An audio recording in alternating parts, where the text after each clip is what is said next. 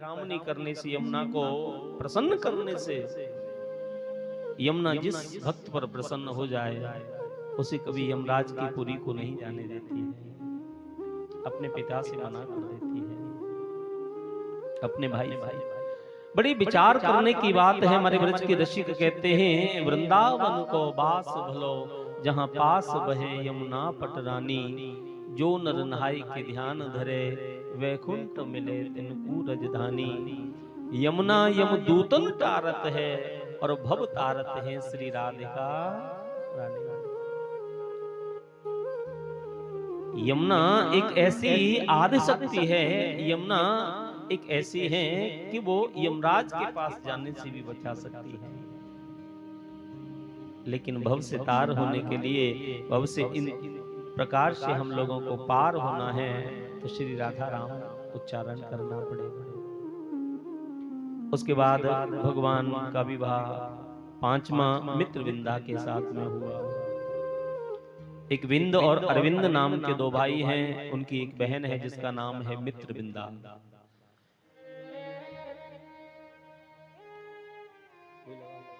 अरविंद, बिंद और अरविंद नाम के जो भाई हैं प्रिय सज्जन, उनकी एक बहन है जिसका नाम है मित्रविंदा।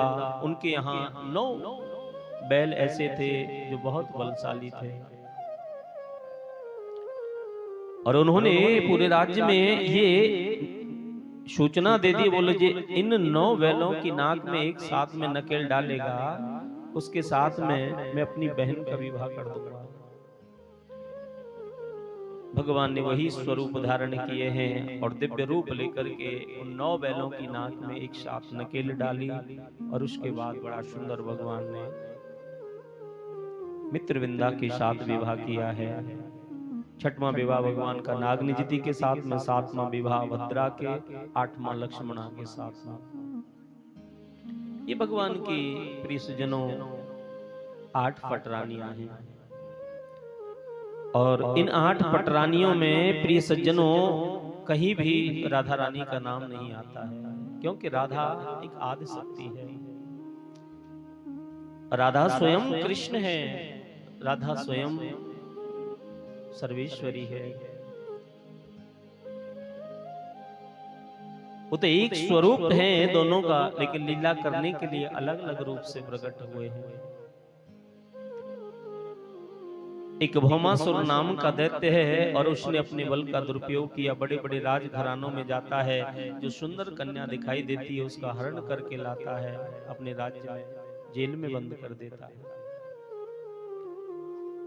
इसने अपने बल का दुरुपयोग किया, सुंदर कन्याओं को देख करके उनका हरण करके लाता, जेल में बंद कर लेता, मन में संकल्प कर लिया ये कन्याएं जब 20 हजार हो जाएंगी तब एक मुहूर्त में विवाह करूंगा।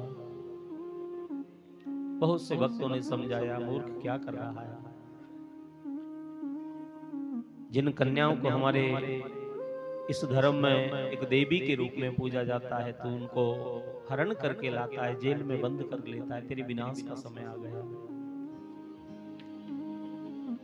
मेरे गोविंद के पास में जैसे ही सूचना गई है, भगवान उसी समय सत्यभामा को साथ में लेकर के आए हैं, और सत्यभामा को साथ लेकर के आए, उससे युद्ध किया है, और युद्ध करने के बाद भगवान ने उसको परास्त कर दिया। 16,000 जो कन्याएं जेल के अंदर बंद हैं, उन सबको जेल से मुक्त कर दिया, और सभी कन्याओं से कह दिया चली जाओ, अपने अपने घर जाओ। उन कन्याओं के सामने एक बड़ा धर्म संकट है, अब जाएं तो जाएं कहां, कोई उनसे विवाह करेगा नहीं, उनको कोई घर में रखेगा नहीं, कहां जाएं।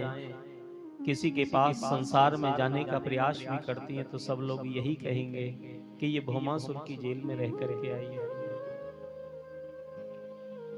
सभी कन्याएं, भगवान ने जब कहा आप जाइए अपने अपने घर, मैंने आपको जेल से मुक्त कर दिया, उनको कोई रास्ता नहीं दिखा, भगवान के सामने खड़ी हो गई, प्रभु हमारे सामने तो 2 ही रास्ते हैं, या तो हम अपने इस शरीर को समाप्त कर लें, आत्महत्या कर लें, अपने शरीर को जला करके विष खा करके समाप्त कर लें, और या फिर हम गलत रास्ते का अनुकरण करें। उन कन्याओं ने भगवान के चरण पकड़ लिए हैं और चरण पकड़ने के बाद में उस चरण रूपी नौका का आश्रय लेकर के प्रभु से प्रार्थना की है, प्रभु हम जानते हैं जो आपकी शरण में आ जाता है ना, उसे फिर कभी आप त्यागते नहीं हैं।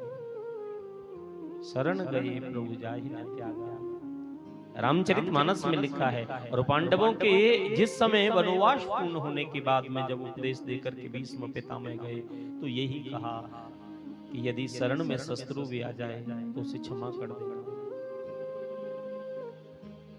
और आज वही सभी उन कन्याओं को मालूम है कि भगवान शरण में जाने के बाद कभी त्याग नहीं सकते। उन सब 16,100 कन्याओं को लेकर के द्वारिका में भगवान आए और मानो भगवान की एक पत्नी के रूप में परिणित हो गई।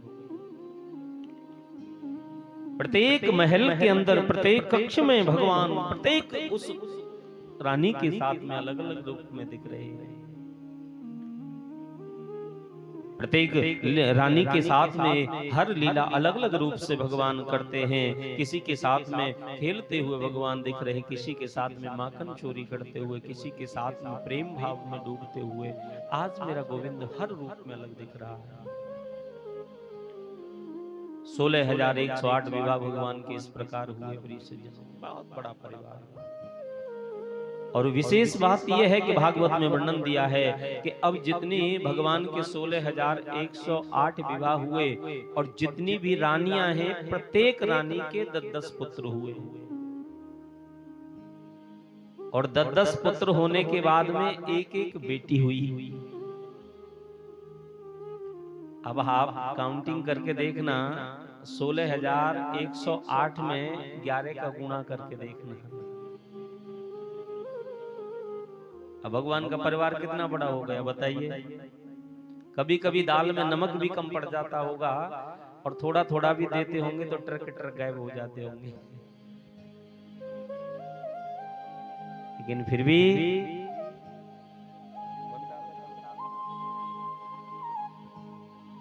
भगवान के परिवार में बड़ी सुख शांति के साथ में अपना आनंद विरह हो रहा, विचरण हो रहा है।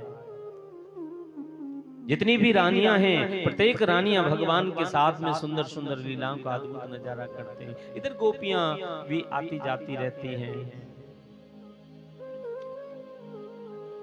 भगवान की जितनी भी रानियां हैं, प्रत्येक रानियां बारी बारी से नाराज होती रहती हैं। और सत्यभामा जो है ना, वो भगवान से ज्यादा नाराज होती है। प्रत्येक वैसे भगवान के जो परिवार के पुत्रों की काउंटिंग जो है ना, वो बताया है 1,77,188 पुत्र। हमारे घर में किसी के यहाँ 1-2 बेटा बेटी हो जाए, उनसे पूछो भैया कैसे हो, पूछो मत, सर में दर्द है। और सर का दर्द फिर बंद नहीं होता है। और ये आपकी बार बेटे की पढ़ाई का दर्द है, अगली बार बेटी की पढ़ाई का दर्द है, आगे बेटे की नौकरी का दर्द है, फिर बेटी की शादी का दर्द है, फिर किसी का दर्द, फिर किसी, पूरा जीवन दर्द में निकल जाता है। घर में रहना बुरी बात नहीं है, परिवार में रहना बुरी बात नहीं है, गृहस्थ जीवन का पालन करना बुरी बात नहीं है, लेकिन उसको अपने सर पर बिठा करके रखना ये बुरी बात है। हम लोग अपने घर में, परिवार में जितनी हर चीज इम्पोर्टेंट समझते हैं, पढ़ाई लिखाई, मकान, दुकान, व्यापार, दुकान, सब ये अपना जितना हम लोग इम्पोर्टेंट समझते हैं, उतना भगवान की भक्ति भी करो। और जितने भी ये आश्रम है, संन्यास है, वानप्रस्थ है, गृहस्थ है, जितने भी धर्म हैं, उनमें सबसे ज्यादा गृहस्थ जीवन को कठिन बताया है। संत तो एक, यदि कोई महात्मा बनना चाहे तो इच्छा से बन सकता है और प्रसन्नता में वो अपना जीवन भी बिता सकता है। एक पेट को भरने के लिए कोई विशेष आवश्यकता नहीं होती है, लेकिन जब परिवार में कोई व्यक्ति जिम्मेदार होता है तो उसके ऊपर कितनी जिम्मेदारियों का बोझ होता है। घर में रहना बुरी बात नहीं है, लेकिन घर को घर न समझ करके उसे ठाकुर जी का एक दरबार समझ करके रहना प्रारंभ कर दो। एक हमारे पूज्य सदगुरुदेव भगवान कहते थे, जीवन में यदि अपने आप को प्रसन्न रखना है अपने मन से यदि टेंशन को खत्म करना है, अपने मन से चिंता की ये जो अग्नि जली हुई है उसको मिटाना है, तो आपको ज्ञान का जल डालना पड़ेगा। और अपने जीवन में यदि चिंता को खत्म करना है तो याद रखना, ये जीवन का सूत्र है, दो बातें याद रख लेना। एक, जो होगा उसे मैं रोक नहीं सकता हूं, लाख प्रयास कर। जब व्यक्ति के साथ में कोई दुर्घटना हो जाती, लोग कहते हैं ऐसा नहीं होना चाहिए, अरे ये नहीं जाता तो नहीं होता, इसको मैं वहां लेकर के जा रहा था। जब तू करेगा क्या, उसके लिखा वही है। अश्वमेव भोक्तव्यम कृतम कर्म शुभाशुभ। गीता में भगवान कहते हैं जो व्यक्ति ने किया है वो उसको भोगना पड़ेगा, चाहे किसी भी योनि में भोग ले। इस योनि में तेरा भोग पूरा नहीं होता है तो तुझे दूसरी योनि में भोगना पड़ेगा। अब कुछ लोग तो कहते हैं जो भी है वो यही है, ऐसा नहीं है, भोगना पड़ता है। अश्वमेव भोक्तव्यम कृतम कर्म शुभाशुभ। इसका प्रमाण देखना है तो आप देखिए, कभी कभी कोई पशु पक्षी का बच्चा भी जन्म लेता है, या कोई हम लोगों के यहाँ भी बच्चा कोई जन्म लेता है तो जन्म लेते ही उसको इतनी बड़ी बड़ी बीमारियां हो जाती हैं। आया बेचारा, उसने किया कुछ नहीं, यहाँ आकर के न उसने अच्छा देखा, न बुरा देखा, न पाप देखा, न पुण्य देखा, उसने कुछ नहीं देखा, लेकिन आते ही उसको बीमारियों ने ऐसा ग्रसित कर लिया। अब आप बताइए, वो उसका पूर्व जन्म का प्रारब्ध नहीं तो क्या है, भोगना पड़ेगा।